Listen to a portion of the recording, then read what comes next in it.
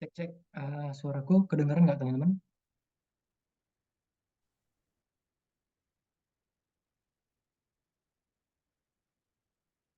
Halo, Langsung aja. Langsung geser aja.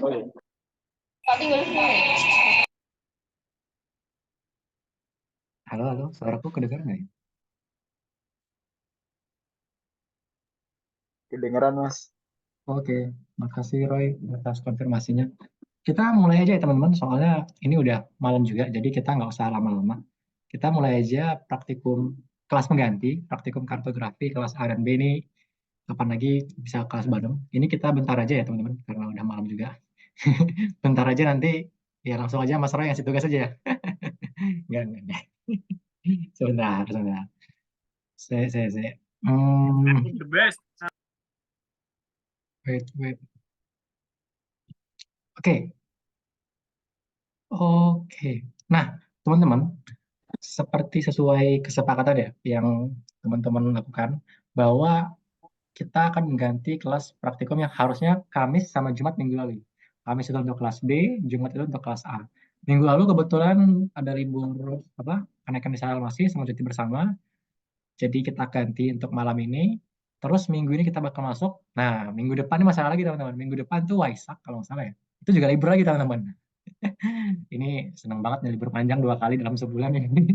Oke, kita bakal ganti dulu satu-satu ini buat yang kelas minggu 9 ya. Nah, di minggu 9 kemarin itu kita masuk materi eh, baru lagi, namanya Building a Map, kalau teman-teman buka dialog. Nah, ini lanjutan dari materi-materi kita sebelumnya. Kalau minggu lalu kita sudah belajar terkait usabilitas peta. Bagaimana peta itu bisa usable, harus usable, dan bagaimana peta itu bisa dimanfaatkan, digunakan dengan baik. Nah, selanjutnya kita akan belajar terkait pembuatan peta secara digital, teman-teman. Building a map. Nah, beberapa materi sebelumnya, sebelum UTS ya, sebelum UTS itu kita juga sudah building a map, teman-teman. Teman-teman sudah diajarin cara membuat peta, tapi secara manual, secara konvensional. Jadi ya manual, membuat variabel visual manual, membuat simbolnya manual. Jadi semua-semua itu manual. Mengapa? Sengaja biar teman-teman tuh ada feels-nya, ada perasaannya, ada emotion-nya dulu, ada rasa-rasa lah. Gimana cara menentukan warna, cara menuliskan label, cara menentukan layout, dan lain-lain sebagainya. Jadi teman-teman pertama diajarin manual dulu, baru nanti setelah UTS ini kita bakal belajar uh, yang digital ya teman-teman. Nah, yang digital. Nah, di minggu ini kita bakal masukkan yang digital, walaupun teman-teman kayaknya sudah fasih ya bermain di QGIS, di ArcGIS, untuk building map. Jadi intinya kita membuat peta, building, mapnya itu secara digital teman-teman. Nah, itu akan kita bahas di minggu ini. Nah, materinya nanti teman-teman bisa buka di materi praktikum minggu 9 ya. Praktikum karto minggu 9. eh, Minggu 9 yang bagian ini, building a map. Nah, di sini ada materi, tak pakai materi dari Mbak Ebi. Yang ini materinya ya. Nah, cuman ini tak rangkum singkat terkait apa aja yang ada di Iki wis absen dorong ya, Cok? Nggak ada absen, nggak ada mas. Oh, ini ya namanya. Profile salah.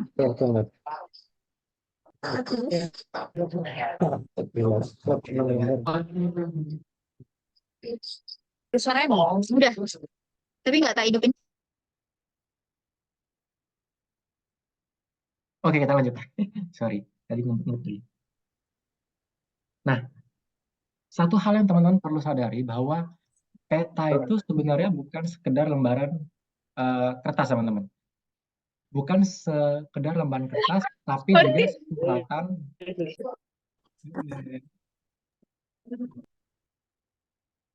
Ini kayaknya baru habis Mercator tadi sore. Peta bukan sekedar lembaran kertas, tapi kayak curahan hati lah, suratan isi hati pembuat peta. Nah, ketika kita membuat peta, itu tuh kayak kita nulis pesan, teman-teman. Nulis pesan kepada teman kita. Jadi cuman bukan selembaran kertas, tapi ada isi, ada makna yang pengen disampaikan. Jangan cuman asal-asalan. Makanya minggu lalu kita belajar terkait usabilitas peta ya. Bahwa peta itu harus berfungsi, berguna, ada usability-nya. Nah, jadi peta itu merupakan curahan hati lah. Teman-teman kalau nulis surat kan ada pesan yang ingin disampaikan. Nah, ketika menulis peta, kita harus memikirkan bagaimana pengguna akan menggunakan atau memanfaatkan melihat peta tersebut. Contoh seperti peta di samping ini ya. Apa first impression Anda ketika melihat peta yang ada di samping ini? Yang ini ya. Ini ada di PPT Mbak Ibi juga. Nah, peta ini menunjukkan ada bagian-bagian ini ya kayak warna merah. Ini variabel visual warna merah. Terus di sini bagiannya lebih gelap. Terus di sini ada kayak api kebakaran. Nah, apa yang pengen disampaikan dari peta ini? Peta ini pengen menyampaikan sebuah emosi, teman-teman. Mengapa?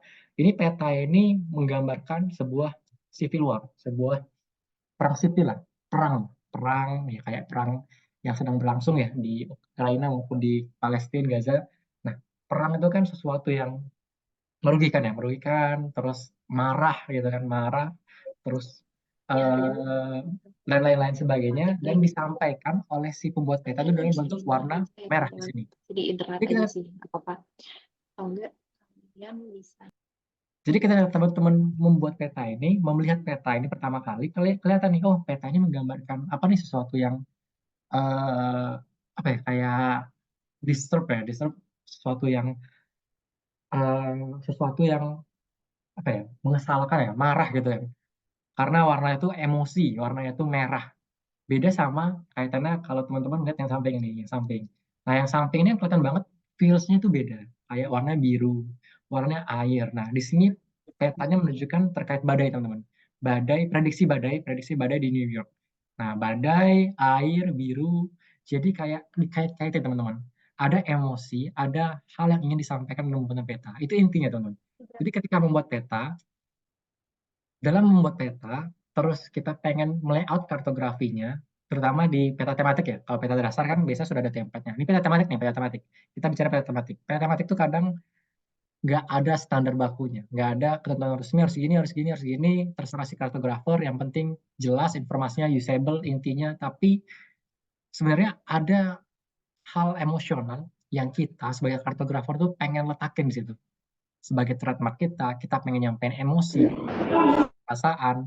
Nah, gitu tuh teman. Nah, itu kadang yang luput dipikirkan bahwa peta itu sesuatu yang standar lah, selembar kertas menunjukkan apa, tapi dari selembar kertas inilah kita bisa mengetahui banyak hal di dunia ini. Kita bisa melihat segala sesuatu, posisi, melihat perubahan, melihat tempat lain dan lain sebagainya karena peta, teman-teman, karena peta. Dan peta ini bagaimana menunjukkan yang baik ya, kita harus atur. Kita harus mengatur visualisasinya, variabel visual dan lain. Ini tugas kita sebagai kartografer. Jadi inilah seni bagaimana kita membuat peta, teman-teman, alias kartografi. Nah, jadi kita tidak hanya mengekspresikan atau menggambarkan suatu keadaan, tapi juga ada emosi di dalamnya, ada perasaan di dalamnya. Inilah hal yang harus kita tanamkan ketika kita membuat peta, terutama peta tematik ya, teman-teman. Dan peta ini harus memiliki sifat mudah dimengerti. Ketika sekali dilihat, first impression-nya, oh ini peta ini terkait ini nih. Jadi jangan buat peta yang sulit dimengerti. Ini terkait materi minggu lalu, terkait usability, terkait kegunaan peta. Bagaimana menilainya? Menilainya dengan interview, dengan heuristic evaluation, dengan questionnaire, dan lain-lain. Nah, jadi peta ini selain punya efektivitas yang tinggi, dia menyampaikan tujuan yang benar, tapi dia juga engaging. Nah, engaging ya, terutama ini untuk peta-peta tematik, teman-teman. Peta-peta tematik itu diusahakan harus engaging. Kalau peta dasar ya, peta desa, peta RBI, peta apa lagi peta dasar ya? Peta dasar itu ya peta RBI, peta topografi, peta situasi itu biasanya itu punya template. Oh, ini peta kadastral itu juga punya template sendiri. Tapi peta tematik itu bebas, nggak ada template. Itu terserah kita sebagai kartografer menentukan warnanya, menentukan layout, itu terserah kita. Kayak tugas UTS teman-teman kemarin, ada yang membuat layoutnya itu horizontal, ada yang ngebuat vertikal, itu kan terserah. Terserah teman-teman, karena peta yang teman-teman itu kan peta tematik. Jadi terserah, tapi sebenarnya ada emosi, ada perasaan yang ingin disampaikan melalui peta ini. Jadi tersampaikan nih, wah ini emosinya buru-buru menyelesaikan tugas UTS, kelupaan. Oh jadi hasilnya agak kurang rapi misalnya. Terus kalau teman-teman yang prepare, terus bagus, itu kelihatan banget tuh. Layoutnya rapi, terus labelnya rapi, warnanya juga bagus, itu kelihatan. Ada emosi yang dituangkan ke dalam peta ini. Nah itu teman-teman, itu yang ingin dicari dari materi minggu ini. Nah, di materinya Mbak Ebi itu dijelaskan lebih detail terkait setiap base map. Nah, mungkin ini tak rangkum aja secara singkat. Nah, beberapa hal pertama kali ketika membuat peta yang digital ya teman-teman. Jadi kalau peta yang manual kan kita nggak nggak bicarain base map ya. Base map itu kan peta dasar ya. Base peta dasarnya. Nah, kalau di peta digital, kalau di QGIS, ArcGIS itu kan kita bisa milih ya, mau pakai base map apa. Nah, base map yang digunakan tuh kadang juga mempengaruhi apa yang akan kita tampilkan. Kadang base map ini kita nggak perlu pakai. Misal di peta topografi, peta situasi, karena kita pengen menunjukkan fiturnya. Kita pengen menunjukkan kontur, menunjukkan fitur jalan, menunjukkan bangunan dengan detail, planimetris. Karena itu nggak perlu dipakai. Tapi kadang-kala kayak untuk tujuan tertentu, base map ini perlu dipakai, perlu digunakan untuk tujuan tertentu. Jadi teman-teman perlu perhatikan nih materi minggu lalu lagi, usability-nya untuk siapa? Oh, user approach. Jadi kita buat peta untuk kebutuhan pengguna. Apa pengguna membutuhkan peta ini? Oh, peta yang akan dibuat itu membutuhkan informasi seperti ini. Nah, untuk menampilkan informasi seperti ini, maka akan lebih bagus menggunakan base map. Nah, itu ini seperti itu. Jadi teman-teman perhatikan bahwa base map ini juga mempengaruhi apa informasi yang ingin disampaikan. Kita coba lihat yang punya Mbak Ibi dulu ya.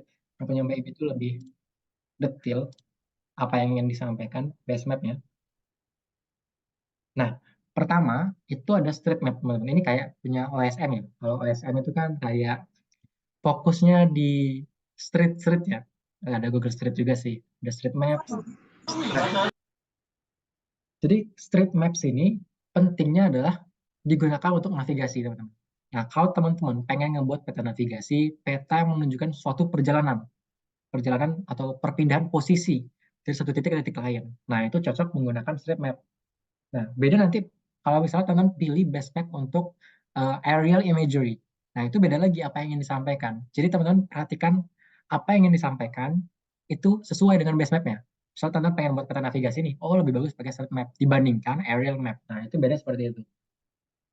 Nah, ini ya. Satellite imagery itu untuk memperoleh informasi lingkungan, data tidak terlalu banyak dan kompleks, tapi butuh informasi lingkungan. Jadi menunjukkan ini, keadaan sekitar lingkungan seperti ini. Jadi lingkungan seperti sungai, seperti area sawah, area terrain seperti apa nih, rawa-rawa di bagian sini ya. Nah, ini dibutuhkan biasanya untuk peta-peta yang berkaitan dengan lingkungan misalnya. Itu bisa. Atau juga peta-peta yang ditujukan untuk land management. Jadi untuk penggunaan lahan, itu bisa juga. Jadi kita bisa pakai peta-peta ini untuk lahan, terus untuk menunjukkan lingkungan, itu bisa. Nah, jadi beda sama ini ya. Sama ini bisa untuk transportasi, ini navigasi. Nah, ini bisa untuk environment atau land management, LM ya, land management itu bisa. Jadi base map ini penting ketika kita buat peta digital. Terus yang ketiga ada graphical base map. Nah, kalau graphical base map itu kayak yang dua ini ya. Nah, ini kalau ini graphicalnya dia dominan putih sebagai background, yang ini dominan hitam, kebalikannya. Nah, graphical base map ini pengen ngebuat background itu ada, tapi nggak dianggap ada gitu. Jadi setengah-setengah. Dia ada untuk menutupi kekosongan, tapi kita nggak pengen dia menjadi fokus utama perhatiannya. Karena kita pengen data kita, fitur yang pengen kita tampilkan menjadi main attention-nya, perhatian utamanya. Jadi ini fokus untuk showing our data aja. Jadi dipilih warna-warna yang kontras. Misal, kita punya data kayak bangunan ya, persebaran bangunan di sini. Nah, teman-teman pilih fill yang warnanya misalnya hitam atau kontras lah dengan warna background. Jadi kelihatan banget tuh. Oh, di sini ada bangunan nih. Ada bangunan, ada gedung, ada jalan misalnya. Ini terlihat jelas, kali lihat tuh langsung kelihatan. Karena kita pengen nge-show up bangunan kita, pengen nge-show up fitur kita. Jadi ini digunakan untuk hal yang pengen kita fokuskan. Kita fokus di fitur kita aja gitu. Jadi ini fokus menampilkan data kita aja. Ini bedanya. Nah, kalau terakhir terrain based map ini menampilkan data yang bentuk terrain. Misalnya menggunakan untuk petanya apa? Kontur, terus peta terrain, terus peta 3D terrain. Nanti itu juga belajar itu. Terus apa lagi ya yang butuh-butuh kontur itu? Banyak sebenarnya. Peta situasi ya yang penting ya. Peta situasi itu kan butuh terrain itu. Nah, jadi 4 hal ini menjadi pertimbangan tertentu ketika kita milih base map. Apa data yang kita tampilkan, akan kita sajikan ke dalam peta itu juga ternyata menentukan apa base map yang kita pakai. Oh, saya pengen ngebuat peta di mana peta ini menampilkan data navigasi misalnya. Oke, kita pakai street map misalnya. Oh, saya pengen ngebuat peta terkait penggunaan lahan. Oke, bisa pakai street imagery. Terus saya nggak pengen menampilkan apapun, tapi saya pengen nge-show up, nge-blow up fitur saya saja. Saya punya fitur bangunan nih, ada 1000 buah. Ya, kita bisa pakai grayscale. Atau kita mau pengen nampilkan situasi, ada konturnya, ada perbedaan elevasi, ada terrain. Oke, kita bisa pakai terrain base map. Jadi ini pertama terkait base map, teman-teman. Base map, kalau misalnya di peta digital, itu kita bisa pilih dengan baik dan mudah dengan kita tinggal klik aja. Oh, saya mau pakai ini, saya mau pakai ini. Tapi kalau kita pilih suatu base map, juga ditentukan dengan datanya. Jangan asal pilih. Nah, itu intinya seperti itu. Jadi, kita milih street map, milih satellite imagery, milih graphical base map, sama terrain base map ini jangan sampai, wah saya milih ini karena ya bagus aja, enak dilihat. Cuman ada eh, tujuan yang ingin disampaikan. Ada hal yang ingin disampaikan, ingin di show up. Oke, ini yang ini ya. eh Mana tadi ya? Nah, ini yang perbedaan terkait aerial sama terrain. Terus, oke. Hmm, oke, sama berikutnya text on maps. Nah, makanya kalau misalnya teman-teman milih, aduh, QGIS ada nggak di sini? Oh, ada deh. Misalnya teman-teman milih nih, mau pakai base map ini nih, mau pakai base map aerial, atau pilih base map street maps. Teman-teman pastikan sudah tahu dulu tujuan menggunakan base map ini. Jangan sampai asal pilih. Nah, kan banyak itu. Ah, saya pakai base map aerial aja biar menunjukkan area sekitar. Nah, sebenarnya penggunaan aerial itu cocok untuk memperlihatkan suatu area. Tapi kadang itu nggak cocok untuk hal-hal tertentu. Jadi memang base map ini mudah dipakai, mudah dipilih, tapi agak tricky. Kita harus pilih sesuai yang tepat. Coba kita buka QGIS ya. Ini sebagai contoh CC lama yang tetap ini. Ya, artis juga nggak ada ya. Teman-teman tahu kan cara pakai ini ya, pakai base map di QGIS maupun di ArcGIS ya, kan gampang banget. Kalau di QGIS itu biasanya tak pakai itu plugin apa namanya? Aduh, kalau keseringan pakai plugin eh yang nampilin base map apa ya? Lali, ada yang ingat ya? Pluginnya apa? Mana ini Quick Map lama. Service, Mas. Oke, nah itu Jo, thank you Jo. Nah, Web Map Service, nah WMS, nah WMS itu juga bisa kita pakai. Jadi itu isinya banyak banget teman-teman. Mau base map, yang aerial, mau yang street maps, itu juga banyak. Ada juga yang graphical, nah itu. Jadi teman-teman bisa pilih di situ di base map itu mau pakai yang mana. Nah, kadang base map ini dipakai untuk berbagai hal, tapi sebagai peta dasar, peta dasar. Nah, itu teman-teman terkait base map. Lanjut lagi. Ini QGIS sudah deh. Sorry, ini agak lama QGIS-nya. UMS terrain terus nah ini coba bisa kita pakai. Nah ini nih, ini contoh yang grayscale ya teman-teman, contoh yang grayscale. Jadi teman-teman pemilihan base map ini base map banyak banget nih. Ada dari berbagai provider lah, dari S3 ada, dari Bing ada, dari ya macam-macam lah ada. Nah cuman kadang kita tuh ya asal pakai aja. Misalnya pakai yang S3 nih, S3 kan biasanya lebih akurat nih. S3 pakai yang satelit. Nah ini yang aerial imagery nih, nah, aerial imagery ya. Nah ini bagus untuk data apa? Nah, kita harus tentuin dulu kita pengen data apa yang tampil di sini. Misalnya data penggunaan lahan, data apa batas administrasi atau apa. Nah, bandingkan data yang kita tampilkan tadi di sini atau di sini. Nah, ini kan beda banget nanti. Di sini kita pengen fokus data kita aja yang menjadi fokus perhatian utama. Beda sama yang di sini ya. Jadi masing-masing base map. Ini di sini nih. Masing-masing base map itu punya kelebihan dan kegunaannya masing-masing teman-teman. Kalau terrain satu lagi, nah, ini terrain, satu lagi tadi street ya. Oke, OSM apa ini? OSM aja. Nah, yang street. Jadi keempat base map ini, nah base map yang terlihat sebagai peta dasar, tapi memiliki tujuannya beda-beda, teman-teman. Ternyata ada masing-masing fungsi dan kegunaannya. Jangan sampai kita salah pilih, salah-salah aja buat menggunakan base map ini. Nah, biasanya kan yang paling seringnya base map ini, karena base map ini bisa menunjukkan lokasi dengan baik, dengan tepat. Oke, kita bisa lanjut ke scale. Nah, scale. Nah, ini teman-teman sudah pernah pelajarin di materi minggu berapa ya? 1, 2, 3, 4 apa ya? Yang generalisasi ketika kita zoom in, zoom out, tapi secara manual lah, secara zoom in, zoom out secara manual, itu ada beberapa bagian dari fakultas teknik yang mungkin diperkecil, terus ada bagian yang hilang, disimplifikasi lah. Nah, kalau misalnya di kartografi digital, hal-hal seperti ini terkait generalisasi peta, ini sangat mudah dilakukan dengan mengatur tingkat skalanya. Jadi teman-teman, mengapa skala ini penting? Skala menentukan tingkat kedetailan data yang akan tampil. Semakin banyak data, maka ketika di load di QGIS misalnya, di QGIS itu berat teman-teman. Jadi data itu ada seluruh bangunan di Pulau Jawa misalnya.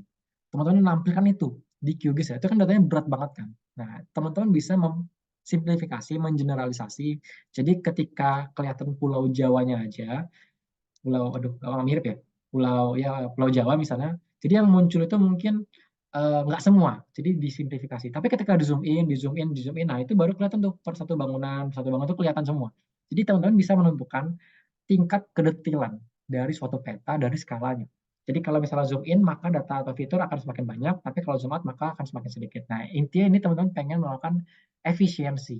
Nah, kadang itu kita lupa mengatur ya di ini ya di peta digital itu, ini nggak ada data lagi, nggak ada data, ada nggak ada data di sini di bagian oke, aku nggak ada fitur. Oke, kalau misalnya ada fitur vektor di sini bisa diatur ya teman-teman, di simbologi itu dia bakal kelihatan di scale berapa.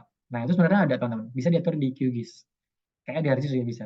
Jadi teman-teman kita bisa ngatur, oh nanti simbol ini akan muncul, misalnya simbol bangunan ya, akan muncul ketika skala itu level berapa.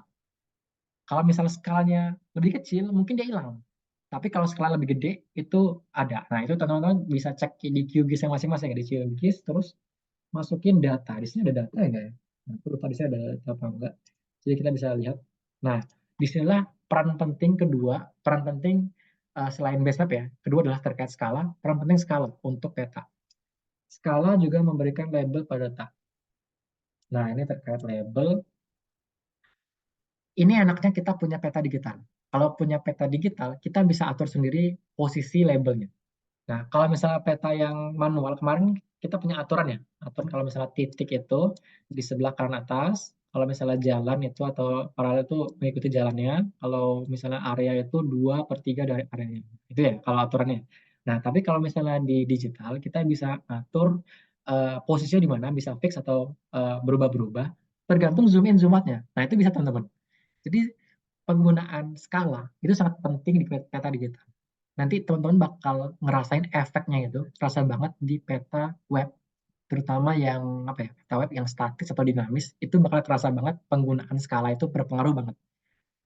Nanti consideration-nya begini, pertimbangannya nih, peta web map, itu menampilkan data dari database. Nah, kalau misalnya database-nya gede, banyak ya, database-nya gede gitu, gede, terus ketika di webnya lama, pasti pengguna akan meninggalkan peta web kita. Nah, tapi kalau misalnya dibuat cepat, pasti bakal bertahan. Gimana cara buat cepat? Ya tadi pakai skala, pakai trik skala teman-teman. Nah ini nanti bakal terasa banget ini di minggu berapa ya terkait peta web itu 12 sampai 13 gitu. Nah, bahwa skala itu saking pentingnya gitu. Skala itu bisa dipakai untuk kita nge-show up beberapa data atau nge-hide beberapa data. Oke, nah ini ya, nanti bisa dicoba di QGIS-nya masing-masing. Itu kalau nggak salah di simbologi atau di mana, kita bisa atur scale-nya teman-teman. Jadi fitur ini muncul ketika skala itu 1/5000. Kalau misalnya 1/10.000, dia bakal hilang misalnya. Terus kalau misalnya 1/1000, dia muncul. Nah itu bisa. Cuman ya data yang ada di sini. Aku nggak punya data vektor di laptop ini. Jadi nanti bisa dicek sendiri ya. Bisa berubah-berubah jika zoom atau zoom. Nah ini sebenarnya skala ini penting banget teman-teman di peta digital. Kalau di peta yang kita buat dulu pas belum UTS kan ya, peta ini cuma perbandingan aja ya, perbandingan jarak di dunia nyata sama di peta. Cuman kalau di peta digital, ini kita bisa main macam-macam nih dengan skala nih. Jadi banyak yang bisa kita gunakan. Peta skala kecil, sebenarnya simple, hindari kompleksitas data yang bertumpuk atau clutter. Jadi ini kegunaannya tadi nge-hide atau nge-show up, menyembunyikan atau menampilkan data tergantung skalanya. Karena kalau misalnya datanya gede, dia nggak bakal kelihatan juga kayak bangunan ya, bangunan ini. Kalau misalnya di sini full bangunan semua, ya nggak bakal kelihatan juga, nggak percuma juga kita tampilkan. Oke, jadi itu terkait skala. Kedua, nah, tiga berikutnya terkait teks. Jadi udah dua terkait beberapa hal yang teman-teman harus perhatikan ketika membuat peta digital. Jadi digital maps. Kita kan judul kuliahnya building a maps. Ya, terutama building a digital maps. Karena building a manual map sudah. Labeling. Nah, label kita sudah buat minggu 7. Toponim ya, yang teman-teman jalan-jalan. Cuma teman-teman harus melakukan pelabelan manual. Nah, ini nih, tantangannya melabelkan manual area jalan di Malioboro. Nah, kalau misalnya di peta digital, teman-teman sudah tahu cara membuatnya. Tinggal, kalau di QGIS ya, di QGIS itu tinggal label, di fiturnya diklik dulu, klik kanan, properties, terus labelnya di show up, pilih dulu fitur siapa yang mau di label, itu bisa gampang. Nah, terkait label, di peta digital, tidak semua fitur harus diberikan label. Jadi, fitur-fitur penting yang menjadi marker, yang menjadi penanda, itulah yang harus diberikan label. Jadi nggak semua fitur harus diberikan label. Jadi misalnya ini ada komplek perumahan, terus ini ada rumahnya Mail, dikasih nama rumah Mail, terus rumah Ehsan, rumah Fizi, rumah Upin, rumah Ipin, ya, rumah Ipin ini gabung ya. Jadi semua itu dikasih label. Nah, kalau nggak dia dibuat komplek aja, misalnya komplek kampung Duren Runtuh, nah, misalnya gitu ya. Jadi nggak semua fitur itu harus diberikan label, tapi kita harus pilih mana yang misalnya merepresentasikan suatu area, mana yang lebih penting, mana yang nggak perlu ditampilkan sama sekali labelnya. Nah, untuk teks itu pilih yang simple saja, yang mudah dibaca, mudah dilihat. Ini kan bisa kita lihat di ini ya, di QGIS itu kita bisa milih banyak banyak label. Aduh, ada data lagi. Aduh, sebentar, kita cari data dulu, cari data dulu. Gimana ini?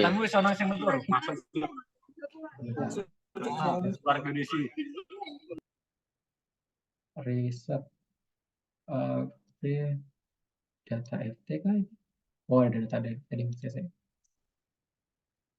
Oke, ini data FT. Aduh. Labelnya, di sini nih label nih. Nah, enaknya di sini nih, kita bisa, teman-teman mungkin biasanya pakai ini ya, single label sini.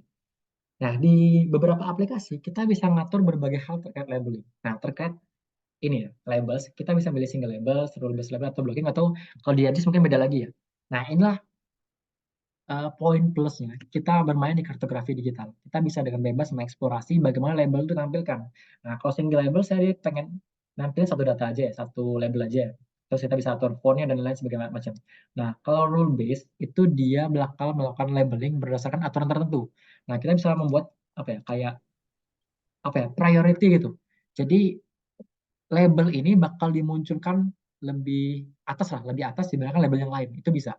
Nah, atau juga terkait blocking. Nah, blocking ini adalah ya pengennya menghindari yang tadi. Jadi labelnya itu nggak saling menumpuk. Nah, inilah enaknya kita bermain di kartografi digital. Kita bisa banyak melakukan berbagai kustomisasi dari label kita. Nah, jadi yang tadi poinnya adalah mana tadi? Penempatan label harus diatur sedemikian rupa. Ini kita bisa atur sedemikian rupa di dalam aplikasi spasial. Enaknya seperti itu. Nah, enaknya kartografi digital ya. Teman-teman disuruh nulis sendiri. Wah, nulis sendiri. Kenapa nggak pakai ini? Oke, terus intinya di sini teman-teman,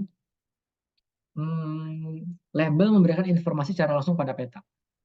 Jadi teman-teman ketika memberikan label, apa informasi yang teman-teman pengen sampaikan melalui teks. Jadi kan peta ini nggak cuma menyampaikan sebuah variabel visual kayak poin, atau warna, atau juga simbol kayak poin, tapi juga ada teks dalamnya. Teks ini berupa bentuk label. Jadi namanya memberikan informasi secara langsung pada peta. Oke, kayaknya itu, nah ini terakhir kayaknya sih, yang terakhir ya. Oke, nah terakhir yang keempat, teman-teman perlu perhatikan dalam membuat peta digital adalah layout, terus legenda, skalanya, sama arah utara. Nah, dalam pembuatan peta digital, itu kita lebih bebas lagi menentukan bagaimana layoutnya, bagaimana bentuk peta yang akan kita buat. Kadang peta yang dibuat ini layoutnya macam-macam. Kadang nggak jelas, kadang juga jelas. Kadang abstrak, kadang juga ya rapi, kadang sistematis. Tapi kadang juga ya tergantung mood si kartografer lah. Mau muka petanya di sini, terus di bagian sini ada lagi, ada muka peta yang kedua, ada informasi tepi, terserah bebas. Kita ya tematik ya lebih bebas lagi. Cuman dalam pembuatan peta digital, teman-teman harus memperhatikan penempatan informasinya. Jangan sampai saling tumbang tindih, jangan sampai saling menutupi, atau jangan sampai mungkin nggak terlihat atau terbaca sama sekali. Jadi teman-teman harus memperhatikan bahwa semua informasi penting dalam peta itu terbaca, terlihat jelas, dapat ditunjukkan dengan baik ya. Jadi yang standar kan kita buat peta itu dari semester 1 itu diajarin seperti ini ya. Ini informasi tepi, ini ada batas tepi. Nah, ini peta standar, peta template kita selalu buat, atau peta yang lain tuh juga bisa kayak gini. Terus apa lagi ya peta bentukan yang lainnya. Banyak juga ada full satu peta, tapi legenda di dalam sini, ada juga dalam sini, ada juga bentuk 4 peta time series itu juga ada. Cuman yang penting adalah informasinya jelas, semua informasi masuk dalam situ. Jadi nggak ada yang ditinggalkan dan seimbang, balance. Terus timbangan sama space, dan ketiga minimalkan ambiguitas. Terus apa lagi? Udah kayak. Yang penting itu aja. Yang paling penting. Misalnya penting juga, cuman teman-teman sudah tahu pasti. Oke, ini tadi. Nah, ini terkait teks ya. Ini kalau misalnya anak Matpub ini kan carinya font-font yang eye-catching ya, yang bagus-bagus, yang keren-keren. Nah, kalau untuk di kartografi ya kita simpel-simpel aja lah. Ngapain yang ribet-ribet? Kita pakai simple font yang konsisten, yang enak dilihat, dan uh, jangan terlalu banyak dekoratif kayak display font second yang sebelah kanan ini ya. Ini kan kayak ya oke, cuman kayaknya nggak cocok untuk peta-peta kita deh. Lebih cocok pakai font-font yang seperti ini. Nah, ini penggunaan font ya, karena di kartografi digital, itu teman-teman bisa milih sendiri fontnya kayak tadi. Beda sama kartografi manual. Kalau kartografi manual, fontnya cuma dua ya. Font ketika niat, nah, rapi ya, Times New Roman. Font ketika nggak niat atau buru-buru, nah itu tulisan ceker ayam. Nah itu, fontnya cuma dua itu. Terlihat di pas UTS kemarin ya. Nah ini, sorry. Nih, nah ini fontnya juga bisa banyak ya. Nah, teman-teman mau buat peta untuk ini apa lagi Algoritma. Oh, nah peta macam-macam, nah kan bisa pakai. Nah ini siapa coba yang bisa baca simbolnya nih?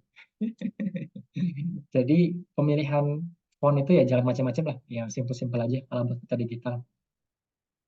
Terus penggunaan font ini sebenarnya bisa kita definisikan lagi lebih banyak penggunaannya untuk apa saja. Nah, di sini di PPT WB juga sudah dijelaskan terkait penggunaan font. Misalnya font terkait ini yang memiliki banyak family kayak Gotham, Montserrat, terus Arial, itu kan family-nya banyak banget. Itu kita bisa pakai untuk peta-peta yang menunjukkan level tertentu. Contohnya kayak jalan nasional itu fontnya bold, terus jalan desa itu fontnya medium. Nah, itu bisa dibuat level-level tertentu. Terus italic, ya italic ini biasanya untuk area-area ini ya, natur ya, buat area-area seperti penampakan alam, itu biasanya dibuatnya italic. Tapi kalau misal area-area yang dari buatan manusia itu biasanya warna tegak. Jadi kalau misalnya italic itu baru untuk nature atau untuk alam. Terus ya ini readable bisa dibaca. Terus X height ini apa tingginya teman-teman. Jadi kan font itu bisa diatur mana nih? Spacing ya, spacing itu yang kiri kanan. Ada juga height-nya. Nah, itu yang bisa diatur juga. Ini kalau kartografi digital. Terus, nah, ini perbedaan antara I, L, I gede, terus 1 ya. Nah, ini juga harus diperhatikan. Oke, ini terkait Hello. Hello ini teman-teman penting buat kontur, teman-teman. Jadi, teman-teman sering buat kontur tuh karena bingung doang nih. Jadi, garisnya itu kayak melewati konturnya. Nah, ini sering banget nih. Kita kelupaan. Kita harus pakai namanya Hello. Nah, kalau Hello nanti itu dia bakal nembus itu, teman-teman. Jadi, garisnya itu berhenti, set. Ini baru angkanya. Baru nanti dilanjut lagi. Kadang tuh garis itu lanjut doang gini. Nah, ini ya sebenarnya agak kurang pas lah, teman-teman. Oh, oke. Kalau misalnya ini yang tadi tak sampaikan ya, different levels of importance. Jadi font yang tebal itu menunjukkan sesuatu yang penting. Tebal itu penting. Ya ini kayak di desain lah, desain di DDD. Kalau tebal itu penting, yang ingin di show up. Kalau misalnya normal tuh kurang begitu penting. Ini point labels. Nah, ini tadi yang tak sampaikan. Kalau misalnya kita taruh di sebelah kanan itu yang paling ideal. Nih ya, kita sudah belajar ini minggu lalu ya. Minggu lalu juga minggu 6. Kanan atas tuh bisa diletakkan label yang paling ideal tuh posisinya di sini. Cuman kalau posisi lain tuh bisa juga, asalkan kondisinya itu lagi rame banget kayak gini di bagian sini. Ini kan rame banget. Nah, teman-teman bisa ngatur label di sebelah sini. Nah, ini kan enak banget diaturnya di ini ya, di kartografi digital. Kita bisa ngatur posisi itu mau di mana. Kalau nggak salah tuh di sini ya, ngatur placement-nya. Nah, ini juga bisa. Lanjut lagi, nah, ini masih pen labels. Labeling. Nah, ini intinya teman-teman, kalau misalnya dia fitur darat, tempatkan di darat. Kalau misalnya fitur air, tempatkan di air. Jadi intinya seperti itu. Oke. Nah, ini line labels. Ya, yang penting sejajar mengikuti jalannya. Sama ini juga, teman-teman sudah tahu ya ini. Nah, ini tadi yang saya sampaikan, 2/3 dari areanya. Nah, terus ini penempatan placement, placing. Ini yang bentuknya yang ini, teman-teman. Yang call out ini, yang call out. Jadi dia bakal manggil labelnya kayak gini nih. Nah, ini kayak gini. Nah, ya intinya seperti itu. Jadi pokoknya kalau poin itu usahakan posisinya di sini label kanan atas. Tapi kalau misalnya enggak, ya bisa diatur terserah. Tapi jangan sampai menumpuk satu sama lain. Kalau lain itu mengikuti garisnya. Kalau area itu mengikuti 2/3 luasan area. Ya seperti itu. Jadi gampang banget rumusnya. Tapi teman-teman ya perlu perhatikan ketiga label ini ketika membuat peta tematik. Ya di sini ya bagian labelnya ini kan sebenarnya simple banget ya sebenarnya. Ini yang buffer tadi, hello, dan lain-lain sebagainya dari sini segala macam. Ini placementnya, eh, placementnya, terus ya udah itu dong. Iya, ini fontnya di sini. Ya enak banget ya kalau kartografi digital ya. Ini terkait layout. Oke, sebenarnya materinya itu gampang banget teman. Karena kita cuma mereview apa yang sudah teman-teman kerjakan selama sebelum UTS. Tapi secara digital udah itu doang. Jadi sebelum UTS kan diajarin toponim, label, terus penempatan, pembuatan layout, pembuatan eh, lain-lain sebagainya. Cuman kalau dulu itu kan manual banget ya. Iya masih masih zaman dahulu kala 5.000 tahun sebelum Masehi. Kalau sekarang sudah modern nih, sudah future nih. Jadi teman-teman melakukan apa yang sama kayak sebelum UTS tapi ya secara digital. Beda cuma itu doang. Jadi kalau secara digital memudahkan banget ya, kayak eh, labeling, kayak scaling itu semua tuh mudah banget dilakukan. Nah, intinya sih seperti itu yang pengen disampaikan. Mungkin kalau materinya sih terkait itu doang. Mungkin ada yang pengen ditanyakan nggak ya sebelum nanti disampaikan tugasnya minggu ini oleh Mas Mbak Asisten. Ada yang pengen ditanyakan mungkin terkait materinya?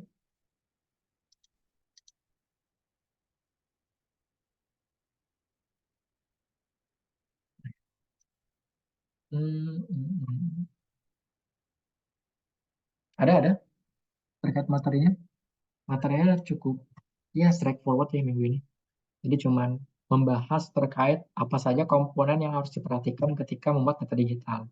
Ada base map nih, base map, terus skala tadi, terus label, sama layout. Nah, tiga ini. Layout, legend, sama scale bar. Udah, tiga ini building a digital map, terutama yang tematik. digital thematic map. Thematic map. Nah, sebenarnya ini doang materinya. Mungkin teman-teman ada yang pengen ditanyakan dulu terkait materinya?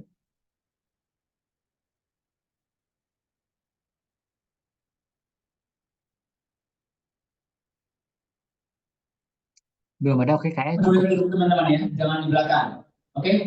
Teman-teman yang merasa tinggi boleh berdiri di belakang. Teman-teman yang merasa pendek jangan berdiri di belakang.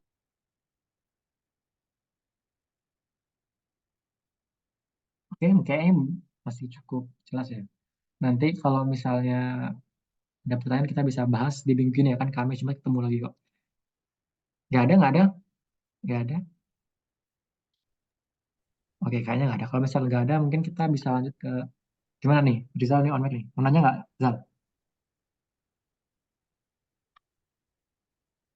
Oh, keren Rizal mau nanya ini. Kayaknya cukup jelas ya teman-teman. Kita bisa lanjut lagi ke tugasnya teman-teman. Mungkin monggo, Mas Roy atau Mas Nur. Oke, Mas Calvin, izin mau nyampaikan tugasnya sebelumnya. Apa suaraku masuk ya? Masuk, Zal. Masuk, Cak.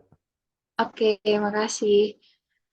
Oke, aku mau izin buat share screen tugasnya. Oh iya, Mas host kayaknya belum bisa share screen deh. Oh iya, kali. Gitu.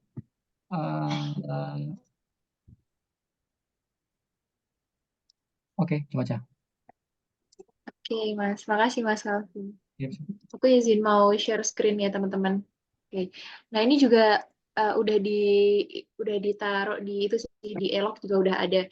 Jadi tugasnya di minggu ini kayak yang tadi dibilang sama Mas Calvin kan materinya gampang ya, cuman nge-review peta aja yang udah kalian buat di sebelum UTS. Nah, jadi tugasnya juga gampang sih menurut tugas-tugas yang lain. Nah, ini nanti tugasnya kalian perlu nyari 3 peta ya teman-teman. Itu yang satu ada peta tematik di wilayah Indonesia. Kalian bisa bebas aja mau pakai petanya apa aja, kalian bisa cari di mana aja. Petanya tuh cukup kayak peta gambar aja gitu sih teman-teman, biasa aja nggak apa-apa. Misal kayak kalian bisa cari peta tematik Indonesia. Nah, kayak gini nanti kan di sini banyak banget ya peta tematiknya. Nanti kalian bisa cari aja peta tematik mana yang mau kalian pakai gitu.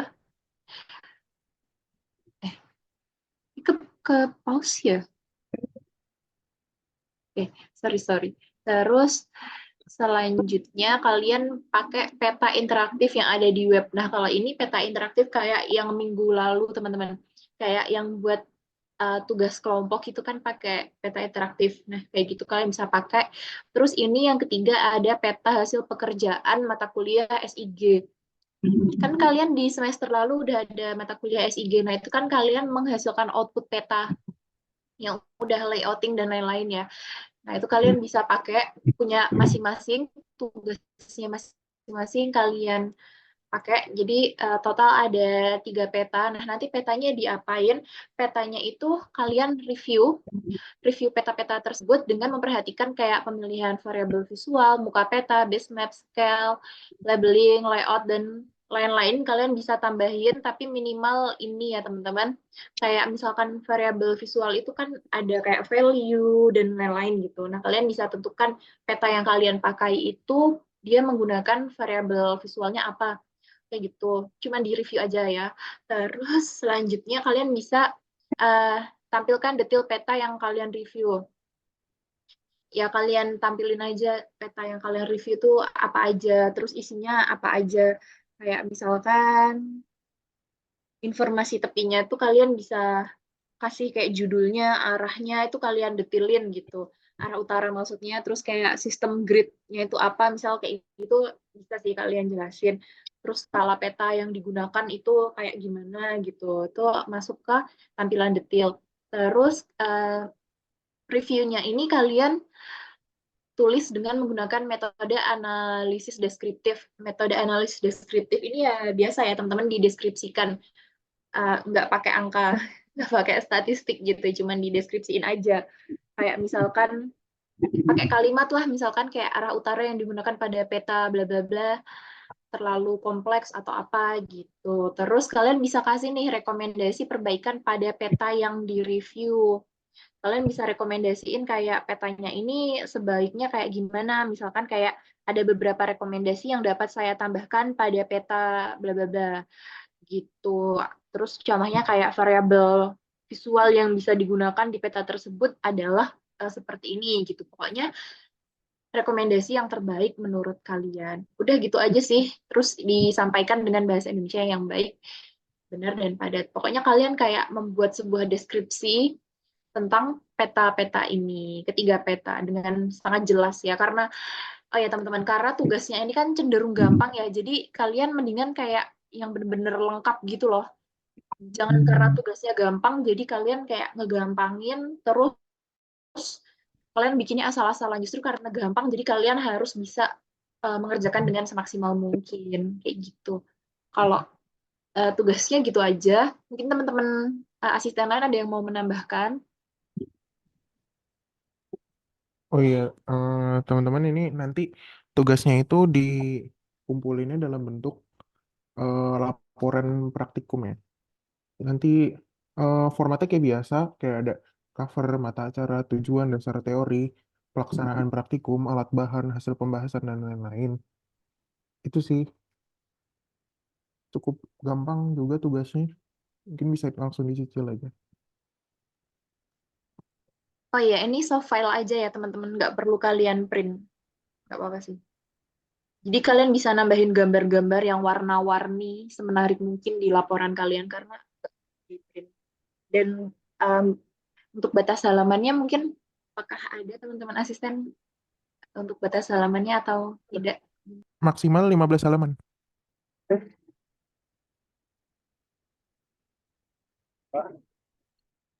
Oke, maksimal 15 halaman ya teman-teman. Oh ya, ini ada yang nanya, tulis tangan kah? Lapraknya, enggak ya teman-teman, lapraknya diketik aja. Jangan tulis tangan, nanti kalian. Tolong temennya Rizal suruh mute dong. Rizal ada yang mau ditanyakan kah?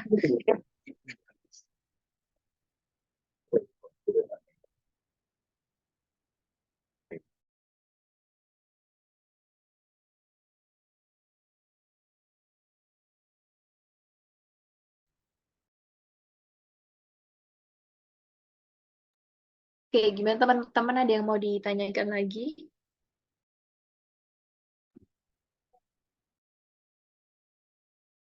Untuk formatnya udah aku kirim lewat chat ya, mungkin bisa ngikutin aja. Dan kalau bisa teman sekelas khususnya itu petanya jangan sampai sama ya teman-teman. Kalau bisa diusahakan. Jadi bisa nanya teman-temannya atau kalian bisa bikin list spreadsheet sendiri peta apa yang kalian gunakan.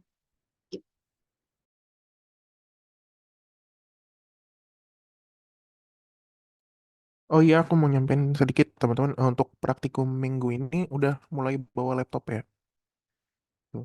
Jadi yang kelas A Jumat itu bawa laptop, kelas B juga yang Kamis bawa laptop.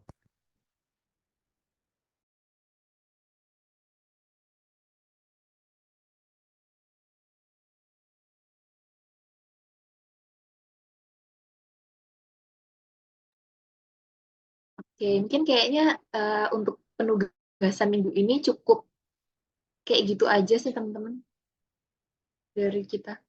Ada yang ingin ditanyakan nggak teman-teman ya terkait tugasnya? Tinggal ya ketik aja reviewnya. Teman-teman kan kayak nge-review apalah, review makanan, review tempat, tinggal review peta masing-masing. Terus kan tadi berdasarkan 4 komponen tadi. Tenggat pengumpulannya seperti biasa ya teman-teman. Minggu depan, eh minggu depan, besok Jumat nggak sih? Apa Minggu, kapan ya Mas Calvin? minggu Di depan Elok aja, udah ada sih. minggu depan aja. Senin depan, Senin depan. Oh Senin depan. Ya Senin depan. Walaupun ya seminggu, kayaknya ini kelar juga cepat sih, tapi ya udah Senin depan aja. Ya, kelarnya cepet ini guys. Tapi ya udah. Makasih Mas Calvin. Oke, oke aja. Teman-teman mungkin ada yang pengen ditanyakan terkait materi dan tugasnya?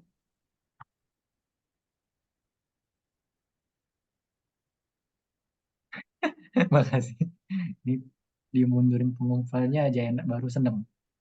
Ini tak kalau deadline-nya Senin depan pasti pada ngerjainnya Minggu malam ini, Cah.